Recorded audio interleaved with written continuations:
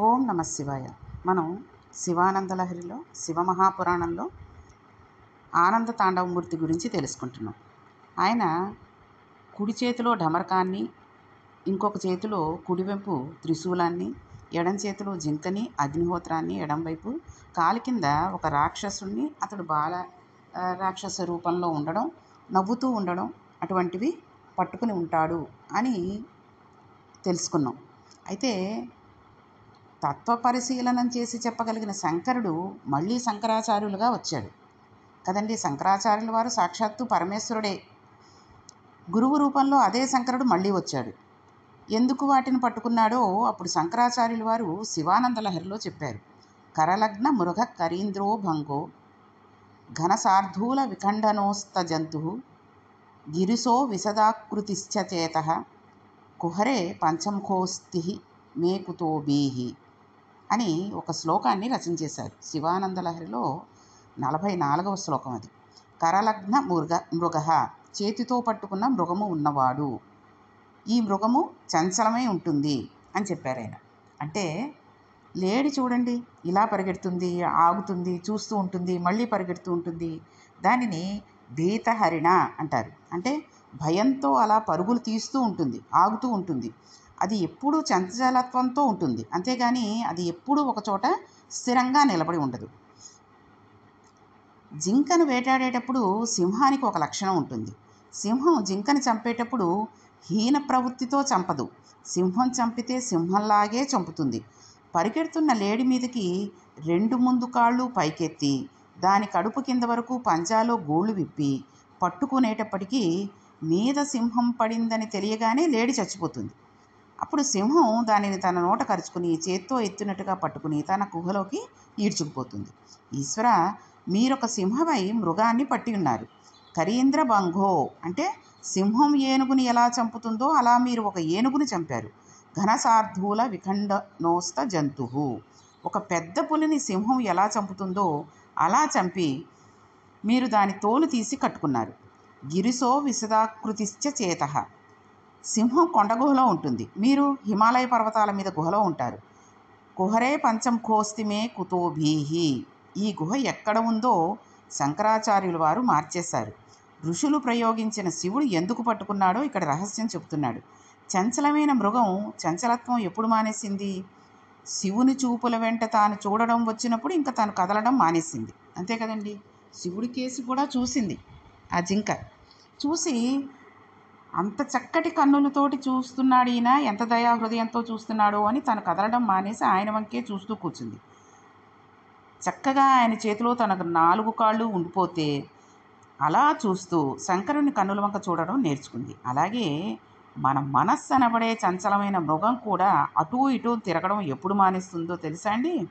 మనం కూడా శివుని పాదాల దగ్గర చేరినప్పుడు సింహము అనబడే పరమశివుడు ఆ లేడి 4 కాళ్ళను కలిపి పట్టుకున్నప్పుడు ఆయన కన్నుల వెంట చూడడం మనకు అలవాటైపోతే, శివుడి ముఖమండలాన్ని చూడడం మనకు అలవాటైపోతే, విశాలమైన ముఖమున్న శంకరుని ముఖం చూడడం మనకు అలవాటైపోతే, జింక చలనం లేకుండా ఆగినట్టు ఎప్పుడూ చంచలత్వాన్ని పొందినటువంటి మన మనస్సు శంకరుని చూడడం వచ్చినప్పుడు చంచలత్వాన్ని విడిచి స్థిరత్వాన్ని పొందుతుంది. అది ఇక్కడ ఆయన జింకని పట్టుకోవడంలో ఉద్దేశం. సింహానికి ముఖం చాలా వెడల్పుగా ఉంటుంది, నడుం చాలా సన్నగా ఉంటుంది. అందుకే మనం పంచపాత్ర అనే పదాన్ని ఎక్కువ ఉపయోగిస్తాం.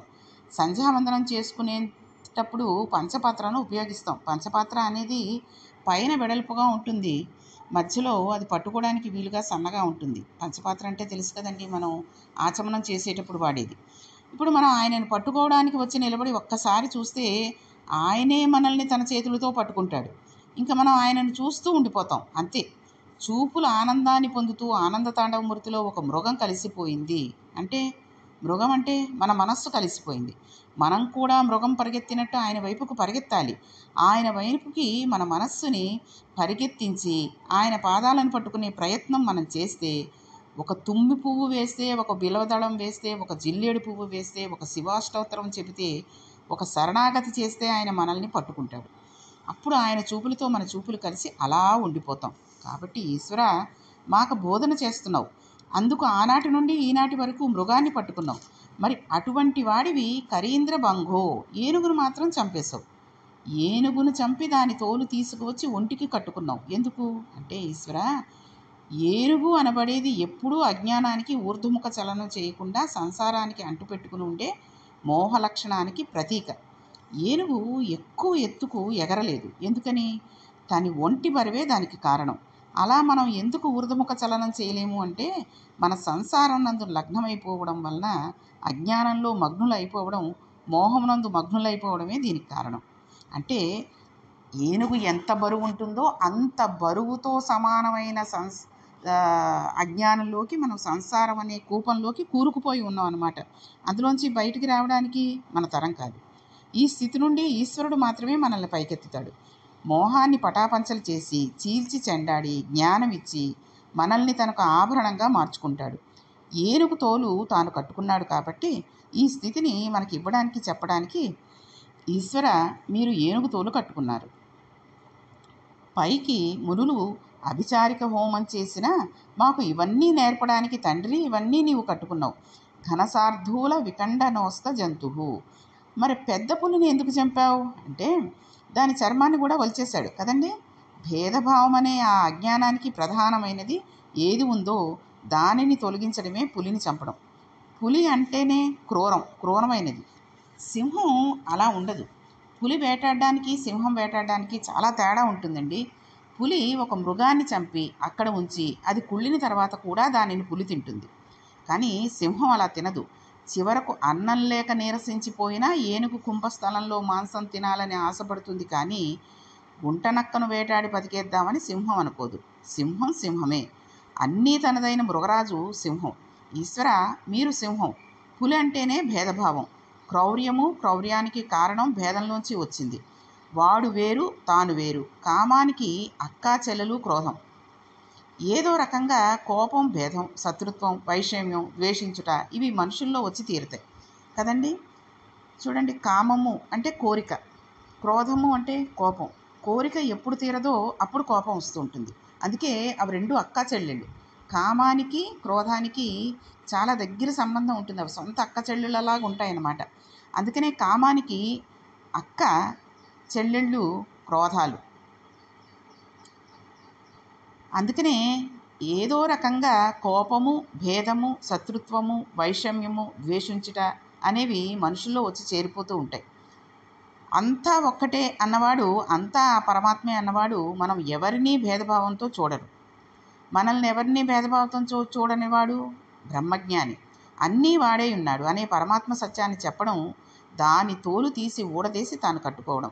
ఇప్పుడు అది పవిత్రం అయిపోయింది. ఈ భేదభావాన్ని నిర్మూలించడం పులిని చంపడం. సింహం పర్వత గుహంలో పడుకుంది. ఈశ్వర, నీవు కూడా పర్వత గుహంలో పడుకుంటున్నావు. నువ్వు పడుకున్న పర్వత గుహ ఎక్కడ ఉందో తెలుసా? నా హృదయం అనే పర్వత గుహమందు నీవు పడుకుని ఉన్నావు. పడుకుని రెండు పాదాలు ముందుకు వేసి, నోరు తెరిచి, నాలుక చాపి నీవు అలా చూస్తూ ఉంటే ఈ పులి కానీ, మృగం కానీ, ఏనుగు కానీ ఇవేమన్నా పనికొస్తాయా? పంచముఖోస్తిమే కుతో బీహి. ఇంకా నాకు భయం ఎందుకు? ఇప్పుడు నాకు భయం లేదు. ఈ సృష్టిలో ఉన్నది ఒక్కటే పదార్థం, ఏకమేవా అద్వితీయం బ్రహ్మ, పూర్ణమైన అద్వైత స్థితి. ఈశ్వరుడు ఇక్కడే నాయందే ఉన్నాడు. ఈ పూనికకు ఆలంబనం భక్తి యందు కుదరాలి. హరుడిగా పాప విమోచనానికి మీరు ఆయన పాదాలు పట్టుకున్నారనుకోండి, ఈ పాదాలు పట్టుకోవడం కూడా మనకు చేత కాదని ఎంత వ్యంగ్యధ్వనిలో నేర్పారండి శంకరాచార్యుల వారు. ఆయన అన్నారు, పరమేశ్వర తత్వమునందు ఒక ఆశ్చర్యకరమైన లక్షణం ఉంటుందండి.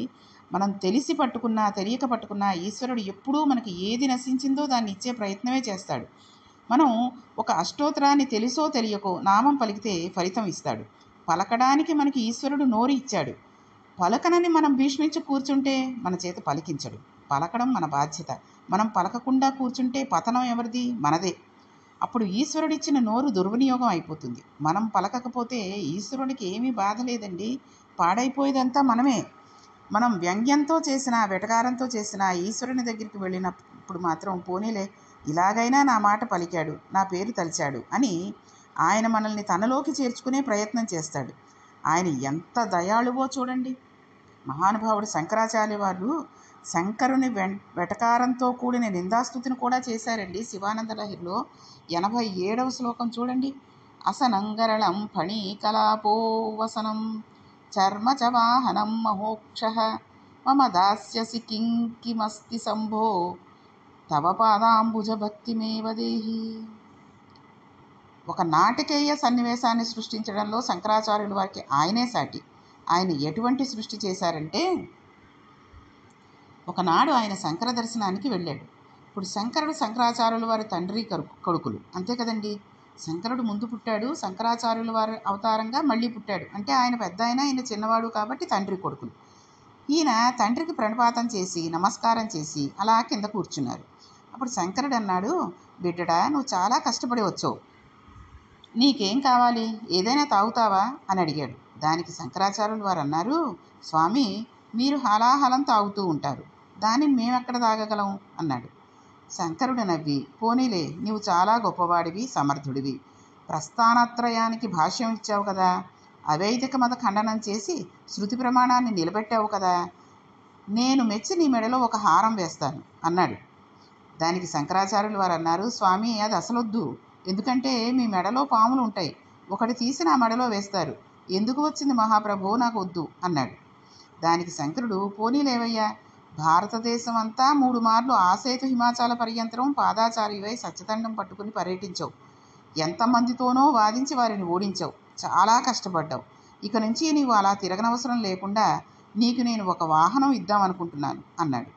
దానికి శంకరాచార్యుల వారు, అదే అసలు వద్దు ప్రభు, ఎందుకంటే అది ఒక ముసలి ఎద్దు, అది ఎప్పటిదో, పాపం ఆ ఎద్దు ఎంతో అలసిపోయి ఉంటుంది, దానిని నాకు ఇచ్చి ఆ సేతు హిమాచల పర్యంతరం తిరగమని చెప్పకు, నాకు అక్కర్లేదు అన్నాడు. అయితే శివుడు అన్నాడు మళ్ళీ, పోనీ అయితే ఇంక ఏమిమ్మన్నావు అంటాడు.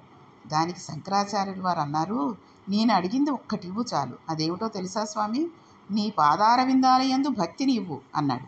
ఇది శంకరాచార్యుల వారు చేసిన నాటకీయమైన నిందాస్తుతి.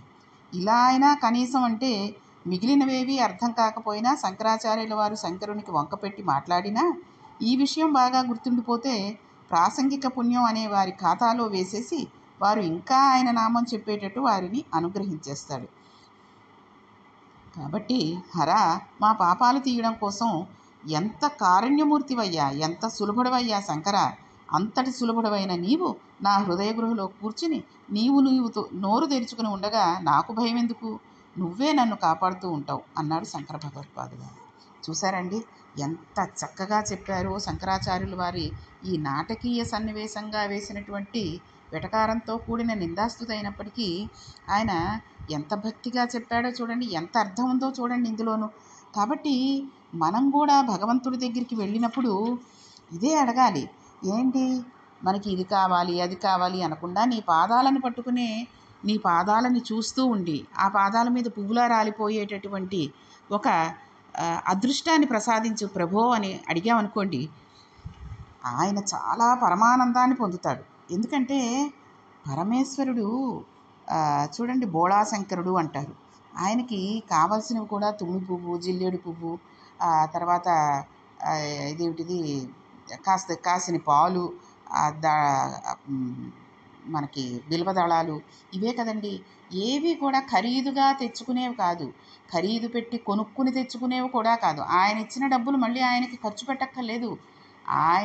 ఆయన పుట్టించినటువంటి చెట్లలోంచి ఒక 4 పువ్వులు కోసి, తుమ్మి పూలు, 4 జిల్లేడు పువ్వులు, తర్వాత ఒక 4 బిల్వదళాలు కోసుకుని వచ్చి ఆయనకి పూజ చేస్తూ ఆయన మీద పెడితే చాలు, ఆయన తబ్బిబ్బు అయిపోయి మనకి ఏం వరం కావాలో ముందే ఆయన తెలుసుకుని ఆయన మనకి వరాలు ఇచ్చేస్తూ ఉంటారు. కాబట్టి మనం ఎప్పుడైనా సరే భగవంతుడి శివాలయానికి వెళ్ళినప్పుడు మనం ఒక్కసారి ఆయన దగ్గర ఉండేటటువంటి ఈ నలుగురు కూడా ఆయన నృత్యాన్ని చూస్తారనుకోవడం, తర్వాత ఈ అసరంగరళం ఫణీకలాపో వసనం చర్మ చవాహనం మహోక్షః మమ దాస్యసి కింకిమస్తి శంభో తవ పాదాంబుజ భక్తిమేవ దేహి అనే శ్లోకాన్ని కనుక మనం చదువుకున్నట్టయితే చక్కగా ఆయన మనల్ని అనుగ్రహిస్తాడు. అలాగే ఆ నటరాజస్వామి యొక్క చేతుల్లో ఉండేటటువంటి వస్తువులు అంటే ఢమరకం, త్రిశూలం, తర్వాత జింక, అగ్నిహోత్రం, ఇలాంటివన్నీ ఎందుకున్నాయో అన్నది ఒక్కసారి తలుచుకుని అవి మన మనస్సులోని మన మన శరీరంలోని ఏ భాగాలతోటి అంటే మన అహం, మన మనస్సు అలాంటి వాటితోటి సమానం అనే విషయాన్ని తెలుపుతూ ఉన్నటువంటి కరలగ్న మృహకరీంద్రభంగో ఘన సార్ధూల విఖండనోస్తజంతు గిరిశో విశదాకృతిశ్చ చేతః కుహరే పంచముఖోస్తి మే కుతోవిహి అని ఇటువంటివన్నీ నీకు ఇచ్చేస్తే, నా మనస్సును నీకు లగ్నం చేసేస్తే, నాలో ఉన్నటువంటి ఈ సంసారం అనేటటువంటి భారాన్ని నీకు ఇచ్చేసినట్టయితే, నాలో ఉండేటటువంటి అహంకారాన్ని నీకు ఇచ్చేసినట్టయితే, ఇంకా నేనెందుకు భయపడాలి స్వామి, నీ దగ్గర నేనున్నాను కాబట్టి అనేటటువంటి విషయాన్ని కూడా మనం శివాలయానికి వెళ్ళినా, ప్రతిరోజు ఇంట్లో ఉండి శివాలయంలో ఉండేటటువంటి మూర్తిని మనం మనసులో ధ్యానిస్తూ చెప్పుకున్న ఆ శివకృపకి మనం అర్హులం అవుతాం. కాబట్టి అటువంటి ఆనంద తాండవమూర్తి అనుగ్రహం మనకు కలిగి మనుష్య జన్మ ప్రయోజనం నెరవేరేటట్టుగా నిర్హేతుక కృపాకటాక్ష వీక్షణాల చేత